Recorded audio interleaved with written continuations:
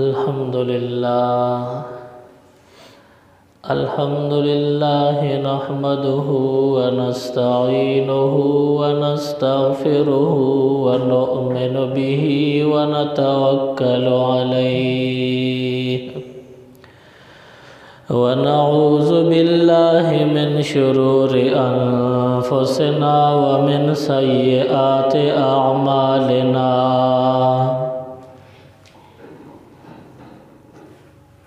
मन यहदिहिल्लाहु फला मुज़िल्ल लहु व मन युज़लिल्हु फला हादिय लहु व अशहदु अल्ला इलाहा इल्लल्लाहु वहदहु ला शरीक लहु व अशहदु अन्न मुहम्मदन अब्दुहु व रसूलुहु अम्मा बाद फ़अऊज़ु बिल्लाहि मिनश शैतानिर रजीम बिस्मिल्लाहिर रहमानिर रहीम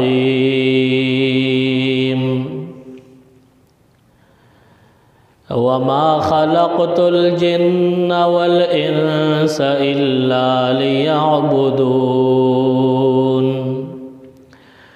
वक़ाल अल्लाहु तबारक व तआला फ़ी मक़ामिन आख़र ख़लक़ल मौत वल हयात लियब्लुवकुम अय्युकुम अहसनु अमला इन्नल्लाहा व मलाइकतहु युसल्लूना अलन नबी या अय्युहल्लज़ीना आमनू सल्लु अलैहि व सल्लिमू तस्लीमा अल्लाहुम्मा सल्लि अला मुहम्मदिन व अला आलि मुहम्मदिन कमा सल्लैता अला इब्राहीम व अला आलि इब्राहीम इन्नका हमीदुम मजीद अल्लाहुम्मा बारिक अला मुहम्मदिन व अला आलि मुहम्मदिन कमा बारकत अला इब्राहीम व अला आलि इब्राहीम इन्नका हमीदुम मजीद। कुरान पाक की अल्लाह रब्बुल आलमीन ज़मुंग और स्तासो द पैदाइश सबक और वजीफ़ा मुंगता ज़िक्र कई वमा खलक़तुल जिन्न वल इंस इल्ला लियअबुदून बंदियान और पेरियान ख़ास द अल्लाह द इबादत द पार पैदा दी दा ज़मुंग उस्तासु द ठोल ज़िंदगी द पार सबक और वजीफ़ा दा बुनियादम द अल्लाह इबादत और बंदगी कई दा इंसान द ज़िंदगी वजीफ़ा दा बल्कि कि कुरान के अल्लाह रब्बुल आलमीन फरमाई खलक़ल मौत वल हयात लियब्लुवकुम अय्युकुम अहसनु अमला द मर्ग और द जुन दा फ़लसफ़ा मुक़र्रर द दे द पारदा चे पता लगी चे सोख कुल अमल वाला दी और सोख कुल अमल कई ज़मुंग उस्तासु दा ज़िंदगी दा अल्लाह दा बंदगे द पारदा दा अल्लाह न गफलत बन कऊ बंदा चे प दुनिया के हर संग वक्त तेर को या वक्त बपद बाने मर्ग राजी दे बद दुनिया न रुखसतीगी द खपल खपलवान यारान दोस्तान करीबी और लरे रिश्तेदार दा टोल बा दन पातिशी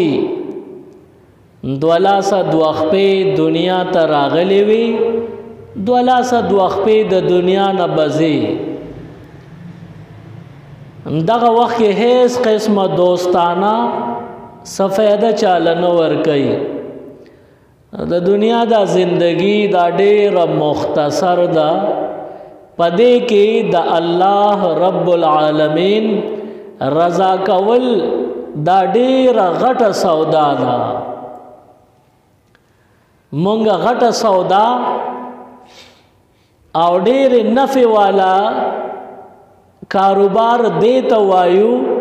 چې په لږ شي باندې مونږ ته ډېر شی ملو شي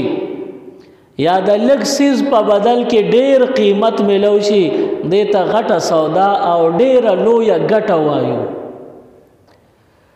د دنیا دا زندگی ډېره لږه ده، که ډېر هم شي نو یو وخت کې ختمېدونکې ده، او د آخرت زندگی دا نه ختمېدونکې ده. په دنیا کې مختصر زندگی کې الله دې راضي کو، ناغه نه ختمېدونکې زندگی کې کامیابی الله بدر کی. که په دنیا کې ډېر خوشاله خو د دې خوشالو خاتمه شته دا به ختمېږي، او د آخرت خوشاله دا به همیشه وي، دا نه ختمېږي. نو د دنیا په دې لږه زندګۍ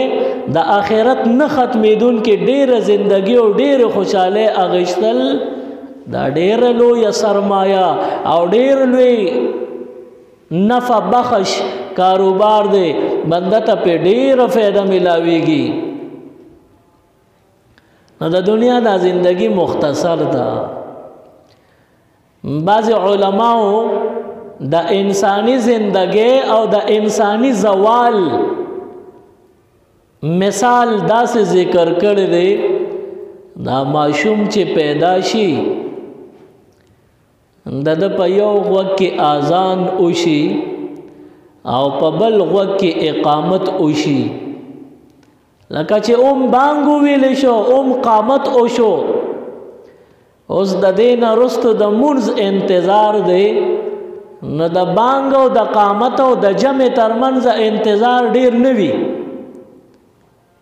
ډیر مختصر وخی پکې. همدغه شان د انسانی پیدایش او بیا د انسانی زوالم مثال دی.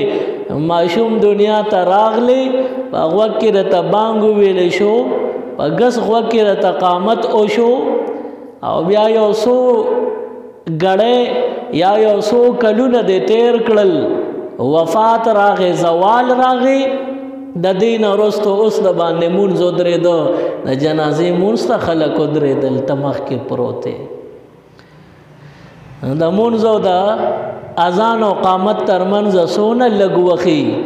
په دې کې څوک چرته لرې نه ځي، جمع ته قضا کېږي. دغه شان د انسان دا زندگی دا د اسلام په دایره کې محدود ده. په دې دایره کې دننه یې ځکه چې ورپسې وخت د مانځه را روان دی د جنازې، د دې دایرې نه به بار نوځې. که د اسلام د دایرې نه بار شوې، د آخرت غونډه زندگی دې برباده شوه. د دې مختصر زندگی کې د الله په صحیح طریقه باندې بندگی پکار ده. بنده ته د خپل عمل صله دا په درې ځایونو کې ملاویږي. که بنده نیک عمل دی، نو په دنیا کې هم د دې نیک اعمالو په وجه دته الله څه ناڅه بدله ورکوي. اوس هغه څه ناڅه بدله څنګه به وي؟ حدیث مبارک کې راغلی دی، کم بنده چې الله رضا کوي او د ګناه د کارونو نه ځان ساتي، الله ته ډېر خوښ شي. یو وخت داسې راشي چې الله جبرائیل علیه السلام ځان لکی ورته وفرمایي چې جبرائیله دا فلانې بنده دی، د سره زما مینه ده، تم ورسره مینه وکړه. نو جبرائیل علیہ السلام د الله په حکم باندې هغه نیک عمل بنده سره محبت شروع کی. نو بیا جبرائیل علیہ السلام نور فرشتو ته ترغیب ورکي، نور فرشتو ته اعلان وکي، اے د الله نورانی مخلوق ملائکو، پزمکه کې فلانې د الله نیک بنده دی، د الله خوښ دی، زمام خوښ دی، تاسو هم ورسره مینه وکړئ. دا ټولې فرشتې د نیک عمله بنده سره محبت شروع کی. بیا دغه فرشتو کې څه فرشتې داسي چې د ځمکې فرشتو سره هغوی ملاقات کوي، نو بعضې فرشتې د اسمان نه راکوزي شي او په ځمکه چې کومې فرشتې وي هغوی ته اعلان وکړي دا فلانې بنده د اسمان د فرشتو خوښ دی او د الله هم خوښ دی، نو د ځمکو فرشتو تاسو هم خبر شئ مینه ورسره وکړئ. نیک عمل یې ځان له کړی دی، د الله هم خوښ دی او د فرشتو هم خوښ دی. بیا دا د ځمکې فرشتې د ځمکې اوسیدونکو انسانانو ته یو عام اعلان وکړي د الله بندیانو په ځمکه تاسو کې یو بنده اوسیږي چې د الله خوښ دی، د اسمان د فرشتو د ځمکو د فرشتو خوښ دی، لہذا د ځمکې انسانانو تاسو هم ورسره مینه وکړئ. تاسو به ډېر اورېدلي د لرې ځای نه مشرانو عالمانو له خلک ملاقات له راځي،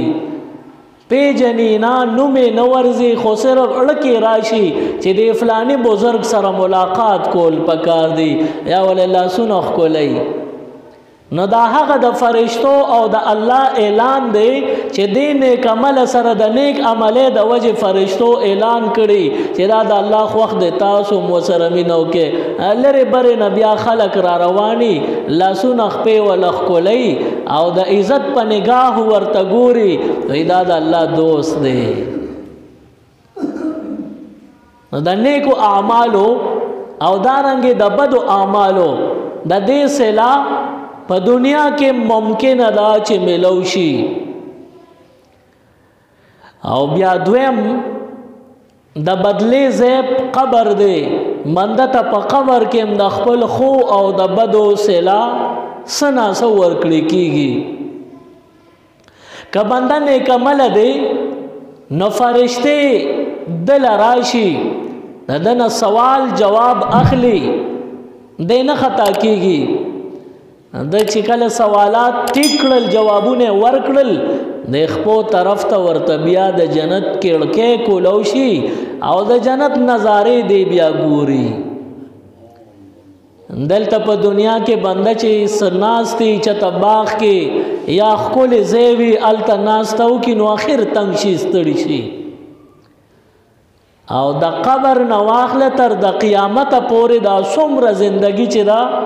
دې د جنت نظارې ګوري خو دې نه تنګېږي نه ستړي کېږي. او که بد عملی نو د بدو عملونو څه ناڅه صله په قبر کې ملاویږي، سوالات ورکي او دې جوابات غلط کی نه د خپو طرف ته ورته د دوزخ یو تنبه کولو کی څنګه چې دغه عذاب دی داسې به تا ته هم وي. نو په قبر کې دا غریب په عذاب کې مبتلا وي، دې که ډېر تنګ شي. خو د قبر دا زندګي تر د قیامته پورې یو شان په ده باندې عذاب، دا د بدو عملونو نتیجه ده چې په قبر کې هم ورته صله ملاویږي. موږ مسلمانان د الله د رضامندۍ کوشش وکړو چې الله به پسې راضي شي. چې کله الله راضي شو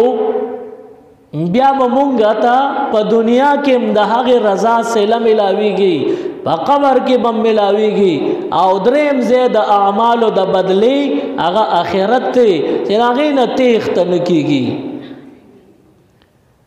لومبنۍ پوړی او لومبنۍ منزل دا قبر دی. الله فرمای خلق الموت والحیات لیبلوکم ایکم احسن عملا. مرګ خو جون خو دې د پاره مقرر شوی دی، تاسو کې څو ښکلی عمل والا دی. نو ښکلی عمل چې چا وکړو په دې مرګ نه وروستو قبر زندګۍ کې به خوشحاله وي، او که بد عمل یې وکړو بیا به تنګي.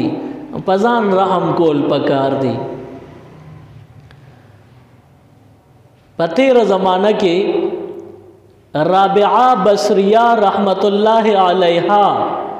دا یو ډېره نیکه بیبي تېره شوې وه. دا چې وفات شوا چا په خوب کې ولیدا تپوس ته کوي رابعه بصري الله د سره سم معامله وکړه وای الله را باندې رحم کړي دې بخلې يم وای څنګه بخلې رابعه بصري وته وای زه چې خلکو په قبر کې خودم خاورې را باندې ووړې دي او قبر نه خلک لاړل وای دوه فرشتې راغلې سوال جواب د پاره نو هغه فرشتو ځان ته کینو لما او ما ته وای چې وای رابعه بصري رب دې څوک دی مر ربو کې رب دې څوک دی وای ما ورته وی چې زه به تاسو له جواب درکم تاسو د هرې خبرې جواب به ملاویږي خو که ستاسو خوښه نو زه یو تپوس کول غواړم فرشتې یو بل ته حیران ګوري چې اوسه پورې خو مونږ ته چا دا نه دي ویلې چې تاسو له به جواب درکم خو اول د نه زه تپوس کوم دا چا نه دي ویلې بیا یوې فرشتې بلې ته وایي زه وخت به ورکو تپوس به تې وکړو چې ته څه سوال کې د فرشتو ورته وایي زه ووایه ستا څه سوال دی دا فرشتو ته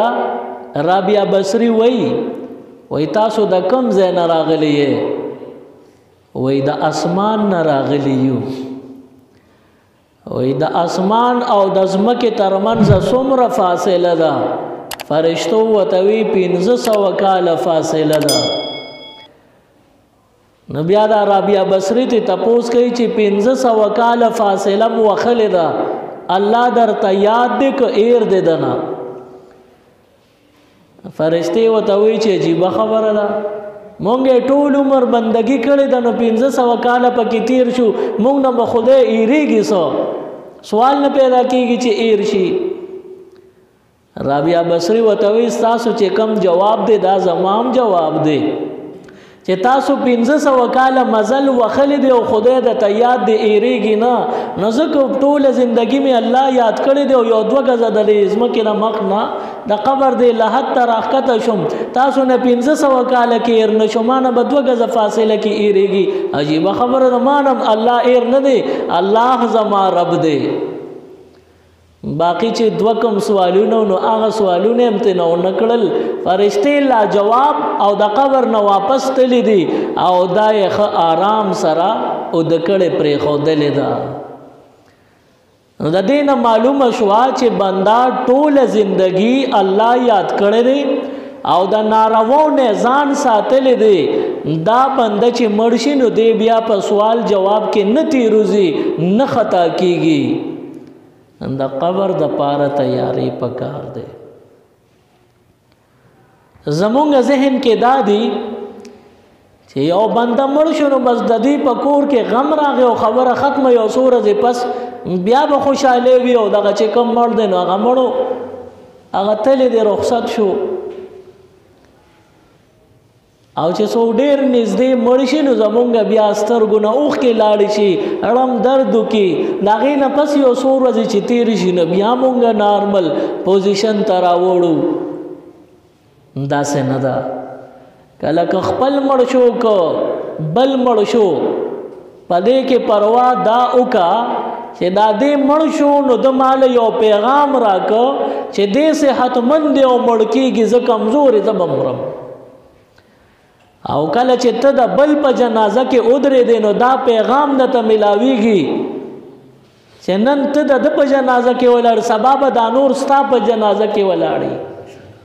کله د یو میت لاش د اوچت که جنازه په اوږه دې واغېسته نو دا قدم په قدم تا ته دا عبرت او سبق ملاویږي دا یو میسج درته درکړی کېږي چې نن دې دې په اوږه کړی سبا به ته د دې نورو په اوږه او قبرستان طرف ته به ځې زمونږ ذهن کې د چام نه راځي چې مونږ بمرو ناستو کسانو کې 50 کاله یا 100 کاله پس څوک بمني ناستو کسانو کې 100 کاله او 50 کاله خو لرې خبره ده د سبام چاته پته نه لګي سبا به یو که به نه یو. د دې باوجود د قبر د تنهایۍ ته چې مونږ روان یو او خم په یقین هم کړی دی نو دا نشه شوي پسه یو چې زمونږ زړه کې هغه فکر نه پیدا کېږي، ذهن کې خیال نه راځي چې د دې څه تیاری هم پکار دی. یو بنده چې یو پلاټ واخلي او د هغې تیاری کوي او کور ته جوړوي، دی خو ډاګې لکډه نه راوړي، پلاټ لکډه نه راوړي، دی په کرۍ کور واخلي هغې کې اوسېږي او پلاټ باندې کاریګر لګیا شي، اول نقشه او د هغې نه پس کاریګران کار کوي، آخر کې چې کله رنګ روغن او فیټنګ وغیره وشي دته چابي میلو شي نو دی ورته بیا کډه یوسي. نو د دنیا دپاره زمونږ دغه سوچ دی، حالانکې د دې ښکلي ښکلي کورونو نه به یو ورځ بار کېږو یا په خپلو خپو یا د بل په اوږه به بار کېږو. قبر ته یقیني روان یو، د قبر زندگی ډېر اوږده ده تر قیامته به وي، د هغې دپاره هېڅ فکر هم نه کوو. څه سوچ پکار دی، غم پکار دی. بنده ته د انسان په مرګ باندې قدم په قدم سبق ملاویږي. هغه وخت به د ډېره فایده درکوي کومه چې په جومات او په مدرسه کې یا نیکانو سره د تیر کړي. بهر په اجره کې یا نور فضل مجلسو کې د وخت تیر کو نو د دغه یو یو لمحې به درنه تپوس کېږي، په قبر کې به هم تپوس کېږي او بیا په محشر کې خو خامخا د الله عدالت کې به پیشي کېږي. د قبر دپاره قبر ته د تلو نه مخکې تیاری پکار دی. پیغمبر علیه السلام صحابه کرام را ټول کړي دي او یو بیان یې ورته کو. نو پیغمبر علیه السلام تپوس کوي، صحابه کرامو نه تپوس کوي،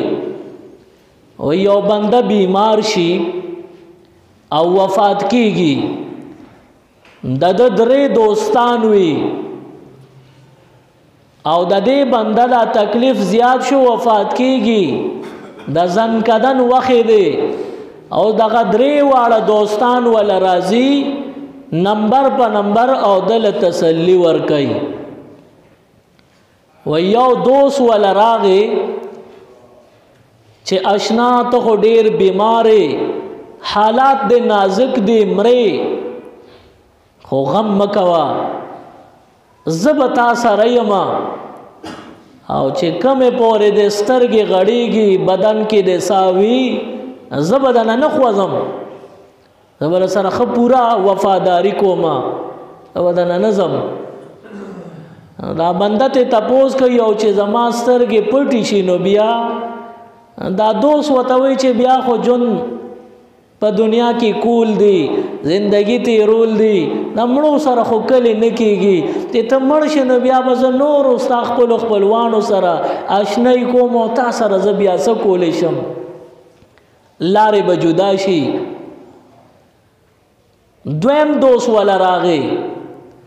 دا دویم دوست ورته وایي چې ته خو ډېر بیمارې، حالات نازک دي، ممکنه ده چې لږ ساعت کې وفات شي خو خفه کېږه ما.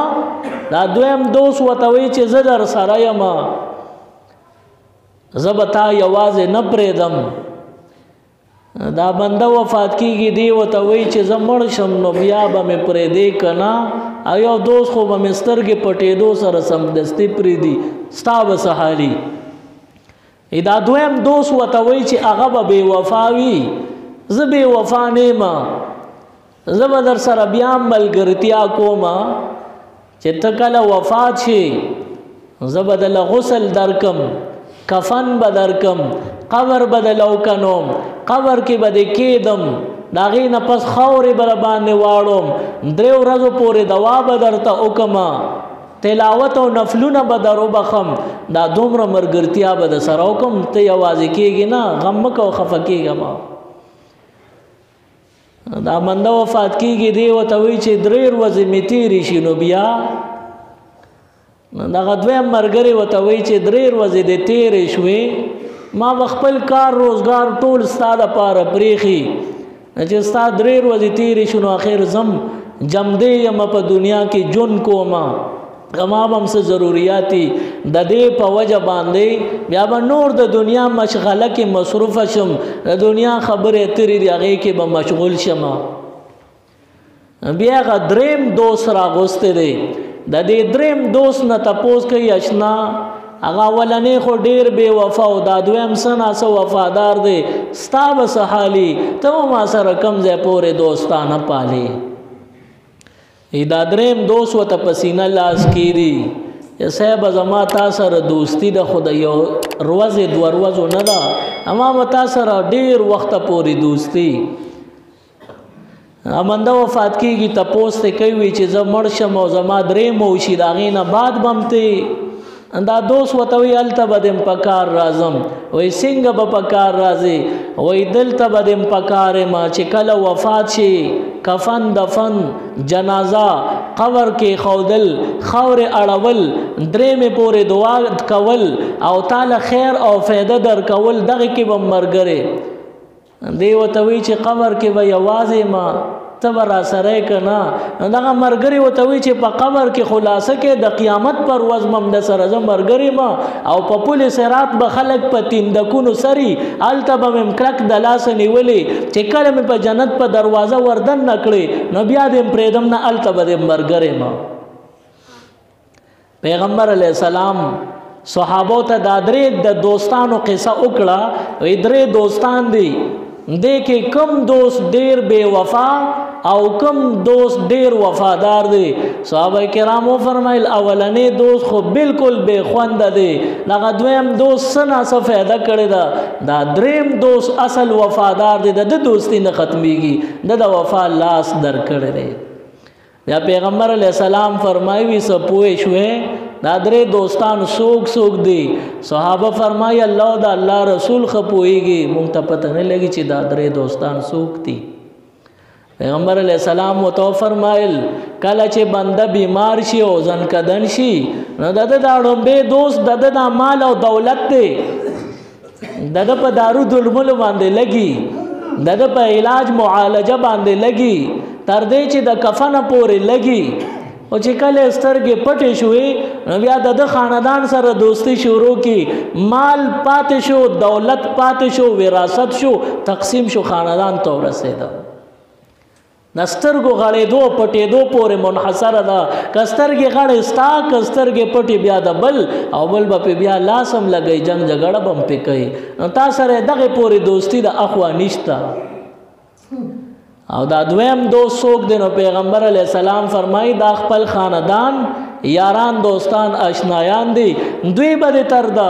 جنازې پورې تر د خاورو اړولو پورې بیا تر درېمې پورې خپل کارونه بند کړي او ستا دپاره فکر او دعا به کوي او ختمونه ثوابونه او نفلونه به دربخي د دې نه پس بیا لارې د ژوندو دي د دوی به هم څه ناڅه مصروفیاتي نو ستا خپل خپلوان یاران اشنایان دوی به هم درېمې پورې تا یادوي د هغې نه پس به پخپله د دنیا په کارونو کې مشغول شي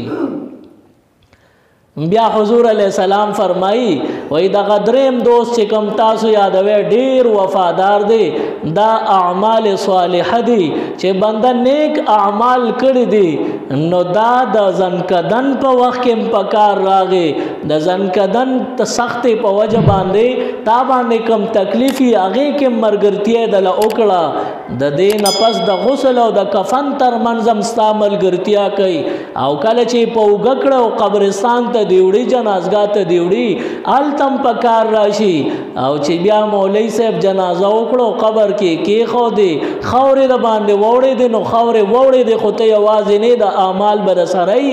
او د هغې نه پس درېم او څلورمه چې تېره شي خاندان نه پاتې خو د اعمال صالحه به درسره قبر کې پراتې بیا اعمال صالحه په پل صراط باندې چې خلک په تیندکونو سري هلته به دې په کار راځي دا اعمال صالحه به تا ته رڼا وکړي په پل صراط په تیاره کې به هم ستا ملګرتیا کوي تا به پورې باسي اخوا جنت دروازه باندې دې ورننه باسي هلته بیا د دې برکت به دی چې خدای پاک بدله د جنت نومې نعمتونه درکوي نو په جنت کې هم اعمال صالحه قدم په قدم په کار راځي نو اعمال صالحه پکار دي د ګناهونو نه ځان ساتل پکار دي. خدا کله کیږي دا ګوره د ځنکدن په وخت کې نه کیږي، دا د جوانه او د طاقت او د صحت په وخت کې کیږي چې اوس یو بنده ډیر ځوان دی خو هغه ډیر پروانو رکو سر دی چې کله ډیر بوډا شو د دنیا د روانو رکو نه اوته نو اوس الله الله شروع کړو نو دا فایده نه درکوي. په پوخ عمر باندې او په ختم شوی او کړشپ عمر باندې کته نیک اعمال شروع کې د دې دومره اثر بني لکه په ځوانۍ کې چې ځان د ګناه نه وساتي او نیک اعمال شروع کې دا ځواني دا درله د امتحان په تور الله درکړی دا په دې کې نیک اعمال وکا د الله د رضا طلب او تلاش وکا الله پس رضا کیږي هغه کارونه وکا پس ناراضه کیږي هغه نه ځان اوساته دنیا به مخکولي وي قبر بمخکولی وی او رستو آخرت بمخکولی وی او د جنت نعمتونه خاصه مخکولی. الله دې زمونږ اعمال صالحه نصیب کی ننو می گناهونو نه دې الله مونږ او تاسو اوساتی. سبحان ربک رب العزة عما یصفون وسلام على المرسلين والحمد لله رب العالمين. اللهم ربنا آتنا في الدنيا حسنة وفي الآخرة حسنة وقنا عذاب النار وأدخلنا الجنة مع الأبرار يا عزيز يا غفار برحمتك يا أرحم الراحمين. مزید اسلامک ویڈیوز دیکھنے کے لیے ہمارے یوٹیوب چینل دین او دنیا کو ضرور سبسکرائب کریں اور بیل آئیکن ضرور پریس کریں تاکہ ہماری ہر ایک ویڈیو کی نوٹیفیکیشن آپ کو مل سکے.